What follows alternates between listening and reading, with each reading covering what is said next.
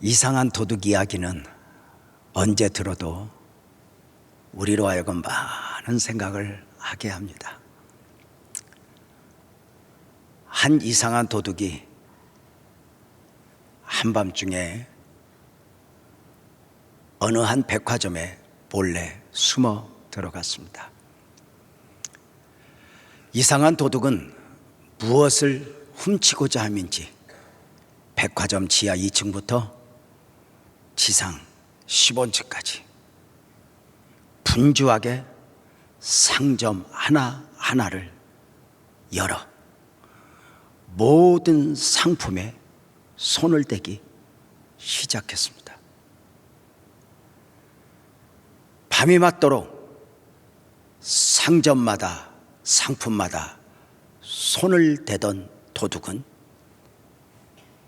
날이 새려하자 백화점을 빠져나오는데 이상한 것은 아무것도 손에 들고 가지 않는 것이었습니다. 그런데 입가에 미소가 있습니다. 왜이지? 무엇을 훔쳐가는 것이지? 아무것도 가져가지 않는데 입가에 미소를 보니 목적 달성은 한 것 같습니다. 도무지 알 수가 있어야죠. 그래, 저 하늘에 있는 CCTV를 가져다가 보았더니 세상에 웬일입니까? 이상한 도둑이 그 밤에 백화점 상점마다 상품마다 손을 대어 무엇을 훔쳐가는 줄 알았더니 아니었습니다. 모든 상품의 가격표를 다 바꿔놨습니다. 1,000원짜리를 1,000만 원에, 10,000원짜리를 1억에, 그리고 5천만 원짜리, 500만 원짜리를 100원에 가격표를 다 바꿔놓았습니다. 백화점 직원이 출근을 했습니다. 시간이 되어 백화점 오픈을 했고 손님들이 물밀듯 들어와서 물건을 사고 직원은 팝니다. 그렇다면 난리가 나야 되는 것 아닐까? 가격표를 보면서 왜 이것이 1억입니까? 왜 이것이 5천만 원입니까? 난리가 나야 되는 것 아닌가? 그런데 이상한 도둑이 가격표를 바꿔놓은 대로 점원은 아무 생각 없이 팔고 손님들 또한 그것을 사는 것입니다. 길거리에서 백화점을 다녀온 많은 분들이 이것이 1억짜리입니다. 이것이 5천만 원짜리입니다. 보기 좋지요? 이것 보시오 하는데 신기한 것은 그것이 왜 5천만 원이야? 그것이 왜 1억이야? 해야 되는데 이상한 도둑이 가격표를 정한 대로 사람들 또한 인정해 주는 것입니다. 혼돈입니다. 이상한 도둑 마귀가 에덴 동산을 흔들었습니다. 이상한 도둑 마귀가 오늘의 세상을 흔들었습니다. 어느 날부터인가 세상은 무엇이 진정한 가치인지, 무엇이 옳은지, 무엇이 그른지 상실한 가운데 삶을 엮어가는 것이었습니다. 이 혼돈의 세대에 나는 누구여야 하는가? 어떤 삶을 살아야 하는가? 몇 주 전에 저는 사울의 부장과 다윗의 부장을, 사울의 방식과 다윗의 방식을 설교하면서 영적 삶의 원리에 대하여 말씀을 드린 적이 있습니다. 그 설교를 준비하면서 깜짝 이런 방식으로 성경을 여행하면서 성도들에게 말씀을 전하고 싶다는 생각이 들었습니다. 그래, 그 다음 시간에 가인의 제사와 아벨의 제사에 대하여 설교하면서 예배가 주는 축복, 예배가 주는 은혜, 예배의 절대성을 강조했고, 오늘은 가인의 후손과 셋의 후손의 이야기를 하면서 저들이 만들어낸 삶의 문화는 무엇이었는가 말씀을 전하려고 합니다. 하나님을 잃어버린 아담, 에덴에서 쫓겨난 아담은 이제 그 후의 인류 역사는 크게 두 가지 가계 구도를 이루었습니다. 아벨을 대신했던 셋의 후손과 최초의 살인자, 예배의 실패자로 명명되어진 가인의 후손들 이야기입니다. 셋의 후손들은 하나님의 아들들이라 불리우면서 제사문화, 예배문화, 하나님 안에서의 삶을 살아갔고, 가인의 후손들은 사람의 딸들이라 불리면서 세상 문화, 인간 중심의 문화를 만들어 갔습니다. 저들의 문화를 정리하면 셋의 후손들의 문화는 영적인 문화였고, 가인의 후손들의 문화는 육적 문화였습니다.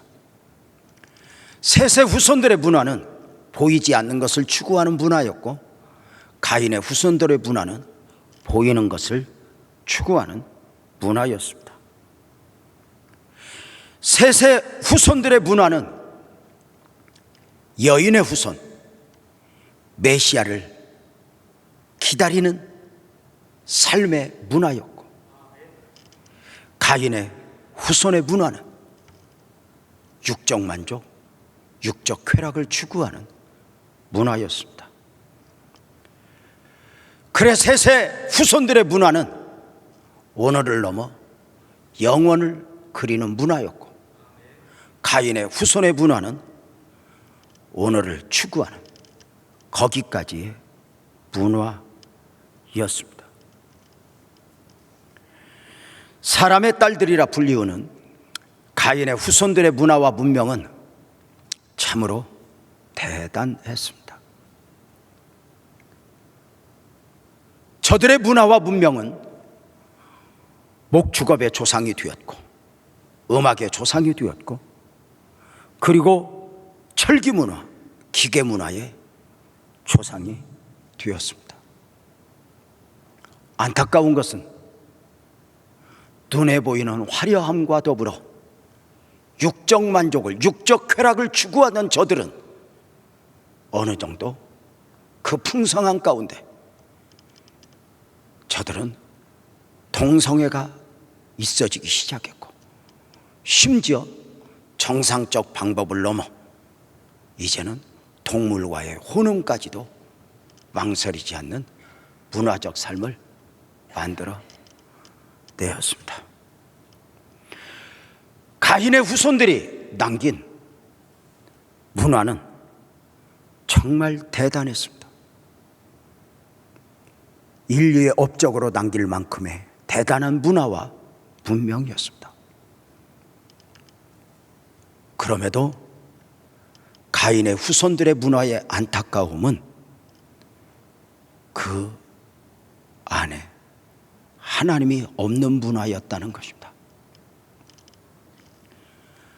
하나님의 원하심이 전혀 중요하지 않은 오직 인간을 위한, 인간의 만족을 위한 사람 중심의 문화였습니다. 자신들의 삶에 하나님을 지워버린 것입니다. 처음 하나님께서 사람을 무엇으로 창조하셨죠? 하나님의 형상대로, 하나님의 모양대로입니다.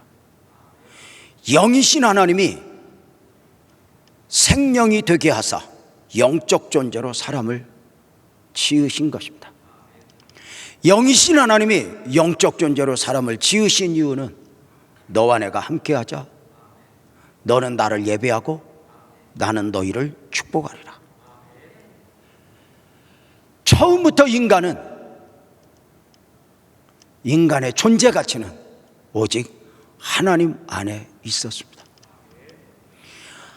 하나님과 함께 임마누엘의 목적으로 창조된 인생이 하나님을 떠나면, 하나님에게서 멀어지면 그것이 곧 사망이었습니다. 문제는 아담의, 가인의 후손들이 그런 사막적 존재로서의 삶을 살아내는 것이었습니다. 그 삶에 하나님을 지워버린 것입니다. 문제는 저들이 자신의 삶에 하나님을 지운다 해도, 하나님을 모른다 해도 본질적으로 인간이 영적 존재로 창조된 인생임을 부인할 수는 없었습니다. 하나님을 모르면 하나님을 모르는 것으로 끝나는 것이 아닙니다. 마귀를 모르게 됩니다. 천국을 모르면 천국을 아니 가도 되는 것으로 착각하면 거기에서 끝나는 것이 아닙니다. 지옥을 모르는 자, 곧 지옥 인생이 되는 것입니다. 하나님을 예배하고 하나님을 섬기는 자로서의 자신을 놓아버리면 거기에서 끝나는 것이 아닙니다. 하나님을 섬겨야 할 인생들이 우상을 섬기게 됩니다.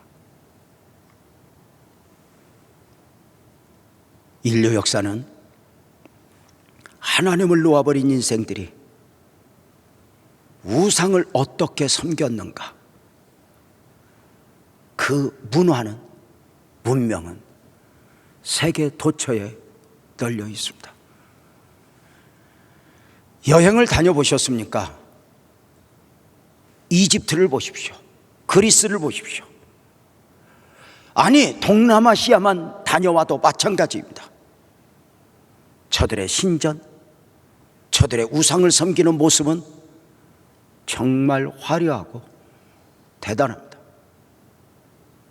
그러하지 않습니까? 저들은 문화 자체가 언제나 하나님을 떠나서입니다. 창세기 4장 16절을 볼까요? 가인이 여호와 앞을 떠나서, 이렇게 말합니다. 저들은 하나님을 떠난 삶을 살아가면서 사람의 딸들이라 불리우는 삶을, 그리고 그 문화를 살아가는 것입니다. 가인이 여호와 앞을 떠났다? 가인만이 아닙니다. 가인의 후손들은 무엇을 하든지, 먹든지 마시든지 하나님 없는 문화입니다. 그래, 저들의 삶의 특징 또 하나는 창세기 4장 17절에 보면 가인이 성을 쌓고입니다. 하나님을 떠난 저들이 성을 쌓은 이유가 무엇일까요? 자신의 성을 쌓고 그 안에서 자신의 세계를 만들겠다는 것이요, 그리고 그 자신이 쌓은 성이 자신을 지켜줄 것이라고 생각한 것입니다. 자, 하나님을 떠나면서 가인과 가인의 후손들의 두려움이 무엇이었습니까? 창세기 4장 14절을 보겠습니다. 주께서 오늘 이 지면에서 나를 쫓아내시온즉 내가 주의 낯을 배웁지 못하리니 내가 땅에서 피하며 유리하는 자가 될지라 무릇 나를 만나는 자마다 나를 죽일 것입니다. 두려움입니다. 왜일까요? 자신이 살인자가 되어보았기에, 자신이 누군가를 죽여보았기에 두려운 것입니다. 앞으로 어떻게 살지? 저 사람이 나를 해하면 어떻게 살지? 하나님께서 내가 너를 지켜줄게, 내가 너와 함께 할게, 하지만 그 하나님을 신뢰할 수가 없습니다. 그래서 스스로를 보호하기 위하여 성을 쌓아가는 것입니다. 하나님 없이 살아보겠다는 것이었습니다. 자, 분명한 것은 가인이 쌓은 성은 해답이 아니었다는 것입니다.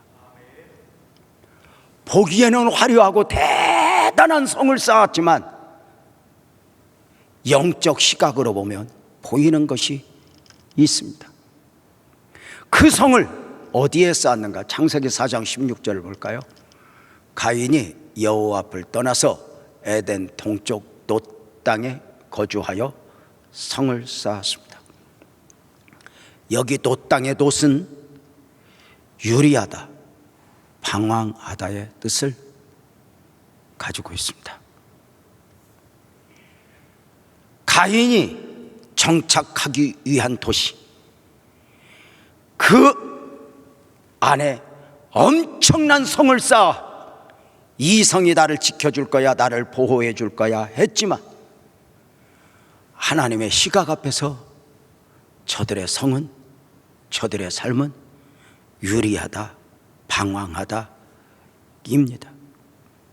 쉽게 표현하면 그가 아무리 높은 성을 쌓아도 하나님을 떠난 삶은 방황이라는 것입니다. 어떠십니까? 예나 오늘이나 여전히 사람들은 일평생 자기만의 성을 쌓아갑니다. 그 성이 자기를 지켜줄 것으로 생각을 하기 때문입니다. 재물의 성, 명예의 성, 권력의 성, 인맥이라고 하는 성을 쌓아갑니다. 그 안에서 자기만족, 쾌락을 추구합니다.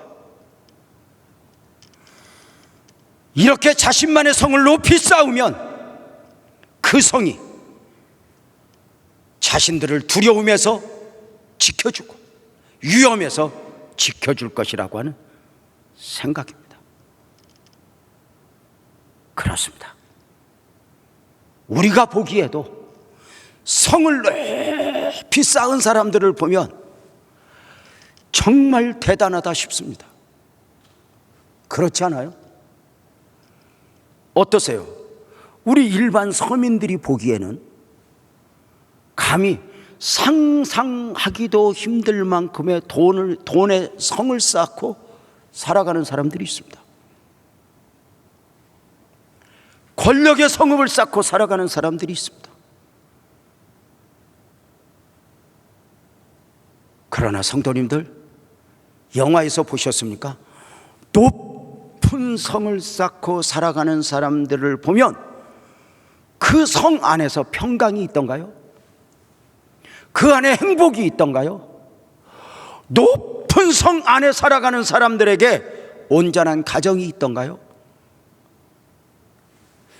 신기하죠? 그렇게 높은 성을 쌓고 살아가는 사람들, 인기, 명예, 많은 것을 쌓은 사람들이 왜 그 성 안에서 평강을 누리지 못한 채 잠을 이루지 못하고 입맛이 없어 헐떡대는 것일까? 여러분, 그 연예인들이, 그 돈을 많이 가진 분들이 잠 한번 푹 자고 싶어서 마약을 하지 않습니까? 어떠세요? 우리는 높은 성을 쌓지 못했어도 우리는 그 안에서 또 평강이고, 야, 우리 교회 권사님 한 분 메시지가 왔는데, 목사님 저는 9시만 되면 비틀거립니다, 졸려서. 야, 그게 건강이라고 제가 이야기를 해줘.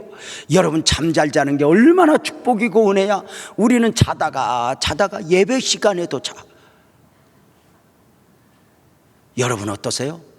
높은 성을 쌓고 이 정도면 내가 됐지? 그런데 하나님이 너는 방황이야 하는 것입니다. 왜일까? 비가 오기 전에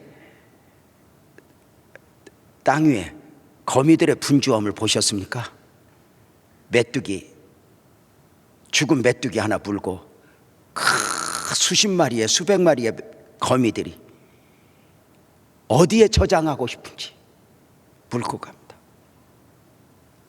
또 한쪽에서는 조금 작은 먹이를 물고 갑니다. 대단하죠. 그 거미들은 분주하게 살아간다고 할 것이지만 우리는 그 거미를 보며 부러워 본 적이 없어요. 너희들 밟히면 끝나는데, 비가 오면 의미 없는데, 아니에요. 보십시오. 사춘기 소년 소녀들이 부모와 거대한 씨름을 합니다. 저들은 오늘이 전부인 것처럼, 지금이 전부인 것처럼 살기를 원합니다. 그러나 몇십 년 인생을 살아온 부모들은 처절한 씨름을 합니다. 그것만이 전부가 아니라고 말입니다. 이제 키워볼까요? 성을 쌓고 살아가는 사람들, 그들을 향하여 영이신 하나님이, 영적 시각을 가진 하나님이, 영원의 시각을 가진 하나님이 말씀하시는 것입니다. 방황이야. 저들의 삶에 대하여 시편 1편 4절에서는 바람에 나는 겨와 같도다 했습니다. 인생을 그렇게 보는 것입니다. 물론 아니라고 할 것입니다. 우리는 이렇게 목적을 가지고 열심히 살아간다고 말입니다. 사춘기 소년 소녀들이 우리 이렇게 재밌게 살고 있는데 엄마 아빠 뭐가 문제냐고 할 것입니다. 그러나 영원을 섭리하시고 우리에게 영원을 주고자 하시는 하나님의 시각 앞에 그것은 방황이야. 바람에 나는 겨와 같도다 입니다. 사랑하는 성도님들은 어떤 성을 쌓아가고 있습니까? 어떤 성에서 만족하시겠습니까? 사람이 사람으로 살아가면 성을 쌓지 않을 수는 없습니다. 그럼에도 불구하고 우리 모두가 분명한 자기인식, 어떤 그 높은 성도 나를 지켜줄 수 없으니 여러분의 성 안에 하나님과 함께 하나님 안에서의 삶을 만들어갈 수 있는 복된 은혜가 있기를 주님의 이름으로 축복합니다. 나는 어떤 삶을, 시편 1편 1절에서는 복 있는 사람들 이야기합니다. 복 있는 사람들은 악인들의 꾀를 따르지 아니하며 삶의 방식입니다. 죄인들의 길에 서지 아니하며 삶의 목적입니다. 오만한 자의 자리에 앉지 아니하며 삶의 주인의 문제입니다. 삶의 자세. 하나님을 밀어내고 내 삶에 내가 주인이 되어 있는가, 아니면 나를 내려놓고 내 삶의 주인을 하나님으로 알고 있는가, 나는 누구여야 하는가. 자, 이제 하나님의 아들들이라 불리운 셋의 후손들을 좀 보겠습니다. 하나님은 순교자 아벨을 대신하여 셋이라는 아들을 언약의 아들로 주셨습니다. 창세기 4장 25절이죠. 아담이 다시 자기 아내와 동침하매 그가 아들을 낳아 그의 이름을 셋이라 하였으니 이는 하나님이 내게 가인이 죽인 아벨 대신에 다른 씨를 주셨다 함이며, 놀랍게도 하나님은 순교자 아벨을 대신하여 셋을 주시고 셋의 후손들 안에 하나님의 섭리와 하나님의 비전을 담아내십니다. 셋의 후손들은 하나님의 아들들이라 불리우며 제사문화, 예배문화, 하나님 안에서의 삶을 엮어갔습니다. 자, 이상한 것은 성경을 오랜 날 동안 읽으면서 이런 생각을 합니다.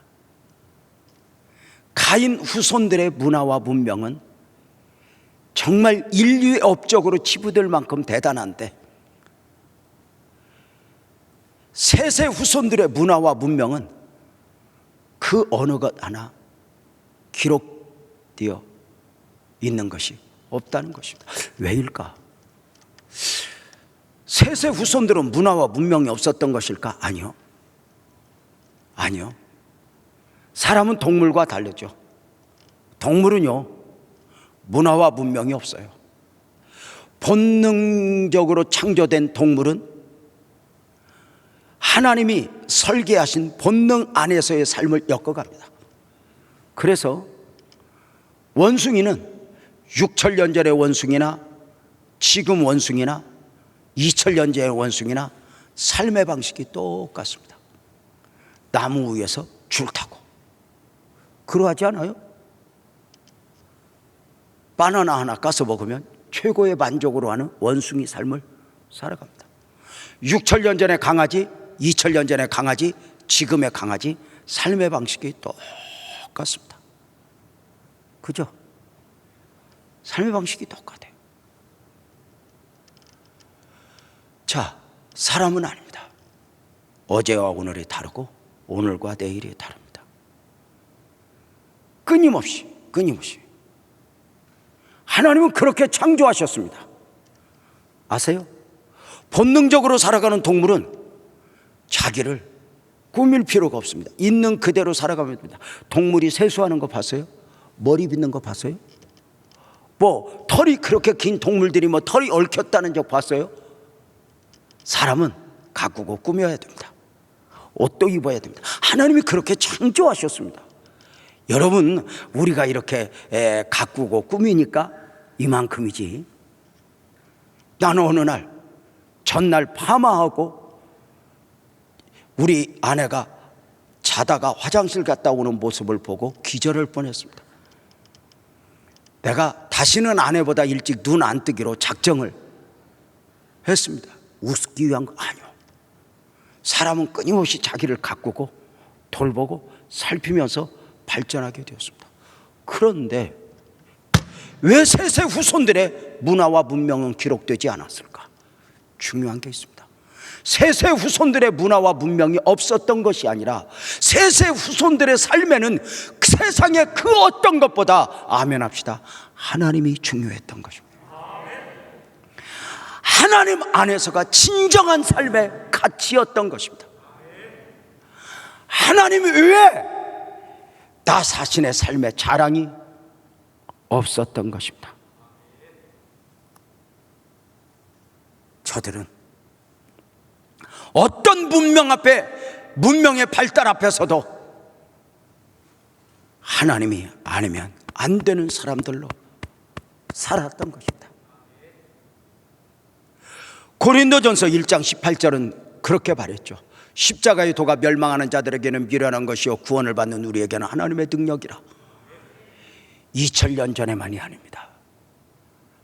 가인의 후손과 셋의 후손의 삶에서도 언제나 셋의 후손들이 지켜내는 경건과 예배적 삶이 가인의 후손들에게는 미련하게 보이고 어리석게 보였던 것입니다. 오늘도 마찬가지입니다. 하나님을 모르는 사람들, 하나님을 거부하는 사람들에게는 이렇게 예배하고 드려지는 이 하나님 앞에서의 삶을 어리석게 미련하게 보는 것입니다. 그러나 우리는 세상의 그 어떤 것들보다 하나님만이 진정한 가치이고 하나님 안에서의 삶이 진정한 가치이고 세상이 어리석게 보는 그 십자가의 삶을 구원을 받는 능력으로, 하나님의 능력으로 믿고 살아가는 줄로 믿습니다. 자, 셋의 후손들은 왜 이런 영성을 가지게 되었을까? 이런 영성을 가지고 살아가게 된 이유가 무엇일까? 그 세상의 화려함 앞에서 하나님이 전부입니다, 하나님 안에서의 삶이 최고의 가치입니다, 이렇게 고백하며 삶을 엮어가는 이유가 무엇일까? 셋의 후손들의 영성을 창세기 4장 26절에서 읽어봅니다. 셋도 아들을 낳고 그의 이름을 에노스라 하였다. 그때의 사람들이 비로소 여호와의 이름을 불렀다. 여러분 아세요? 셋이 낳았던 처음 아들 에노스라고 하는 이름의 뜻은 죽을 수밖에 없는 존재, 티끌이라는 뜻을 가지고 있습니다. 자신의 삶 속에, 아들의 삶에 자신의 신앙 고백을 담은 것입니다. 사람들이 성을 쌓고 문화를 만들어가고 대단한 업적을 남기지만 기본적으로 셋의 후손들은 딱 인정하는 바가 있습니다. 티끌, 영원한 것이 아니야. 딱 정한 것입니다. 인간이 역사가 그러하지 않습니까? 사람이 대단한 업적을 남겨도 인간 앞에서 그것이 의미가 없어지든 그 성 앞에서 그 성을 쌓은 사람이 소멸되어지든 나중에 결론을 남기겠지만 가인의 문화와 문명은 남았지만 사람은 없습니다. 왜요? 거기까지니까. 그런데 셋의 후손들은 여인의 후손을 기다리는, 메시아를 기다리는 사상으로 그 믿음으로 삶을 엮어가면서 영원을 품고 있습니다. 셋의 후손들이 깨달은 것이 바로 무엇이냐면 영원의 시각을 가지고, 영적 시각을 가지고 보니까 이 땅에 쌓아놨다고 하는 모든 것들이 티끌로 보여지는 것입니다. 거기까지인 것입니다. 셋의 후손들은 가인의 후손들만큼 잘 살지 못했을까요가 아닙니다. 셋의 후손들도 나름대로 성을 쌓고 자신의 삶을 만들어갔습니다. 그러나 그 성 안에서, 자신들의 삶 속에서 셋의 후손들은 티끌로서의 자기 존재 인식을 가지고, 동의하면 아멘 합시다. 나는 하나님이 아니면 안 돼. 하나님이어야 해. 영적 존재로서 자기 인식, 영원한 시각으로 자기 인식을 가지고 세상을 바라본 것입니다. 나는 하나님이 아니면 안 돼. 이렇게 말입니다. 여러분, 여기 예배하는 성도님들, 영상 앞에서 예배하고 계신 성도님들, 많은 은혜를 입으십시오. 보시기에 좋았다 할 만큼 많은 은혜를 입으십시오. 그럼에도 불구하고 그 많은 것들이 하나님보다 절대 커 보이지 않기를 축복합니다. 그 안에서 하나님만이 영원하고 하나님이 귀한, 나는 하나님이 아니면 안 돼로의 삶을 사는 것입니다. 문제가 생겼습니다. 시간이 흐르면서 하나님의 아들들이 사람의 딸들의 아름다움을 보기 시작한 것입니다.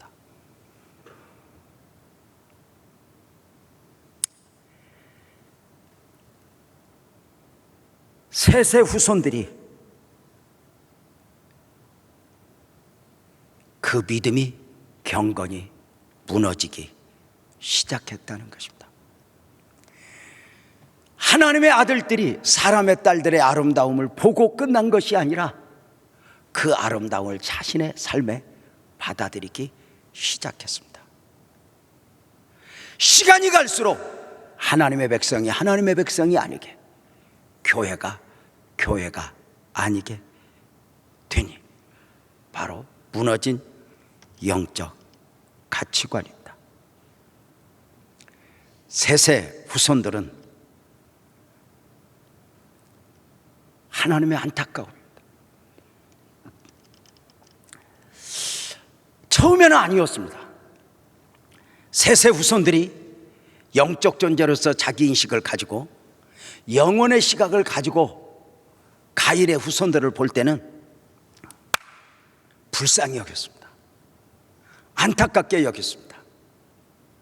아유, 저렇게 하나님도 모르고 티끌과 같은 인생 산더미처럼 쌓아놓고 살지만 저들이 죽으면 끝나는데 지옥에 가는데 어떻게 하면 좋냐, 불쌍하고 긍휼히 여겼습니다. 그런데 어느 날 영원의 시각을 놓아버린 가운데, 영적 존재로서 자기 인식이 흐려진 가운데 가인의 후손들의 문화, 사람의 딸들의 문화가 커 보이고 대단해 보이기 시작한 것입니다. 바울 사도가 아그리빠 앞에서 재판을 받으면서 나의 묶인 것 빼놓고는 다 따당기를 원합니다 했던 이 영성을 놓아버린 것입니다. 여러분 어떠세요? 부자와 나사로의 비유를 보십시오. 그렇게 평생을 고통 가운데 살았던 나사로의 삶을 축복으로 볼 수 있는 눈은 영원한 시각을 가지고 보기 때문입니다. 한평생 부자로 살았던 부자의 삶을 안타깝게 볼 수 있었던 이유는 또한 영적인 시각을 가지고 보았기 때문입니다. 우리 복음적 그리스도인들이 영적 존재로서의 자기 인식이 흐려지면, 영혼의 시각이 흐려지면 사실은 세상 앞에서 우리는 초라하고 불쌍한 자가 되는 것입니다. 원래 우리는 아니었습니다. 성령으로 충만하여 한참 은혜가 있을 때는 우리의 삶에서 분명하게 정리된 바가 있었습니다.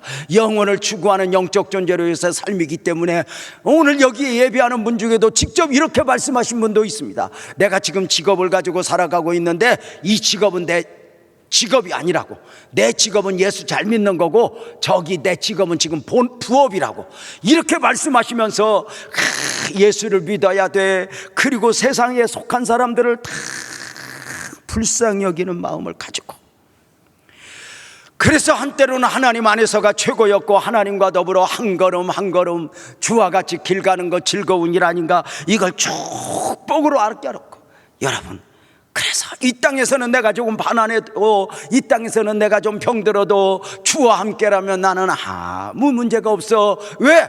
이 땅에 가지고 있는 것은 티끌과 같이 거기 가지고 나는 영원까지 가는 인생이니까, 이러한 믿음 안에서 우리가 얼마나 충만했어요. 처음 결혼하고 지하 저 단칸방에서, 화장실도 없는 방에서 살림을 시작했어요. 뭐 초년병 전도사 무슨 돈이 있겠어요. 월세를 얻어서 지하 방, 화장실이 없는 줄도 몰랐어요. 나는 방만 큰 거 보았어. 근데 화장실이 없더라고. 공중변소 쓰더라. 자, 장롱을 요만큼 옷장을 놓아두고 이쪽은 서재, 이쪽은 침실 하는데, 성경을 보면서 공부를 하면서 설교 준비하다니까 우리 아내가 침실에서 아주 처량하게, 주와 함께라면 나는 가난해도 좋아, 주와 함께라면 병들어도 좋아, 노래를 따르며 날마다 하는데 처음에는 은혜가 되었다가 나중에는 당신 그것 좀 그만 부르면 안 돼? 그랬더니 눈가에 눈물이 맺혀 있어. 영적 시각을 놓아버리면, 영혼의 시각을 지워버리면 우리 예수 믿는 사람은 초라해지는 거예요. 우리 그리스도인들은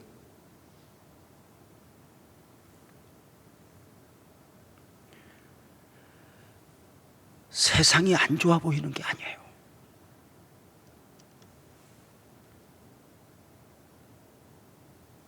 세상에 대단한 것은 대단한 거죠. 그런데 우리는 모세가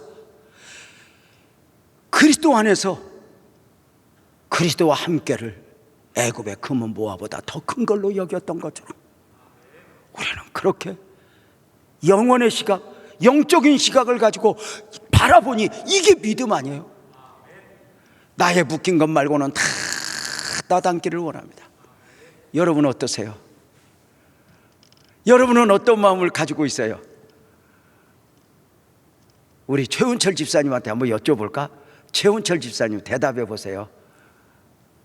예수를 믿고 오늘 예배하러 오셨는데 이렇게 살아가면서 옆집에 높은 빌딩을 짓고 사는 사람이 있는데 그 사람이 예수를 압니다. 그 사람을 바라보는 시각을 묻겠습니다. 1번, 불쌍하다. 저렇게 빌딩 지어놓고 죽으면 웃잖아. 저 사람 지옥 갈 텐데 불쌍하다. 1번. 2번, 예수고 나발이고 나도 좀 저렇게 살아봤으면 어떠세요? 어느 날부터인가 우리는 세상을 바라보니 높은 빌딩을 바라보면서 영혼의 시각을 놓고 영적 시각을 놓아버리며 스스로 작아져 있는 것은 아닌가? 영혼의 시각이 있으니까 오늘의 고난이 가치가 있어요. 우리가 지금 새벽에 욥기서를 묵상하고 있는데 영혼의 시각이 있을 때 욥의 고난이 가치가 있는 거예요. 영혼을 놓아버리면 욥의 고난은 비참해지는 거예요. 여러분 어떠세요? 하나님의 아들들이 사람의 딸들의 아름다움을 보면서 어떻게 살아가요? 창세기 6장 2절은 그렇게 말하죠. 하나님의 아들들이 사람의 딸들의 아름다움을 보고 자기들이 좋아하는 모든 여자를 아내로 삼는지라. 어떠세요? 남자와 여자가 만나서 아내를 삼고 남편을 삼고 결혼하는 게 뭐가 문제가 있어요? 다만 자기들이 좋아하는 모든 여자를 이렇게 어느 날부터인가 중요한 결정을 내리고 선택을 할 때 하나님의 원하심이 계산되지 않아요.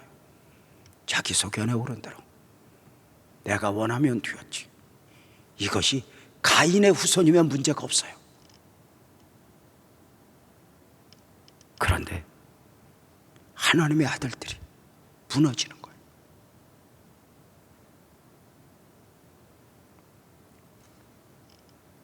사랑하는 성도님들,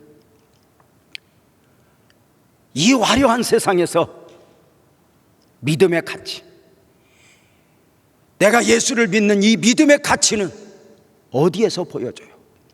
저들보다 더 잘 살고 더 높은 성을 쌓아서? 아니요. 기본적으로 영적 존재인 거예요. 그래서 영적 존재이기에 하나님이 우리에게 주시는 최고의 축복은 갈라디아서 5장 16절에 보세요. 너희는 성령을 따라 행하라. 눈에 보이는 것이 아니라 너희는 영적 존재이니.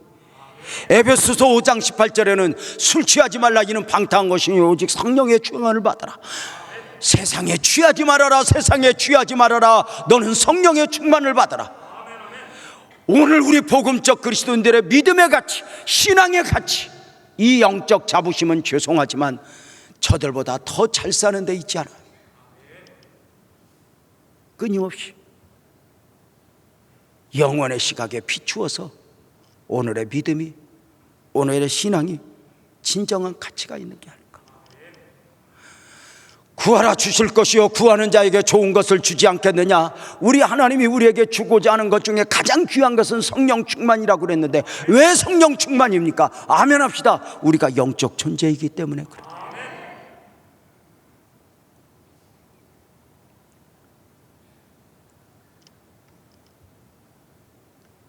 세상은 끝이 있었죠. 결국 하나님은 보시기에 좋았다라가 무너진 세상을 향해서 노아 홍수 심판을 계획하셔요. 내가 세상을 심판하리라. 모두가 무너지고 깨어진 가운데 놀랍게도 노아는 은혜를 입은 자가 되었어요. 은혜를 입은 노아, 아세요? 오늘 또 이 세상에서 우리는 그렇게 하나님의 은혜가 아니면 못 사는 사람, 하나님의 은혜가 아니면 안 되는 사람, 은혜를 입은 노아, 은혜를 입은 유재명, 은혜를 입은 최운철, 우리는 그 삶을 살아가고 오늘 또 하늘로부터 오는 은혜를 구하며 사는 거예요. 가인의 후손들처럼 우리도 남부러울 만큼 성을 쌓을지라도 우리는 아는 거예요. 이것이 영원하지 않아. 그리고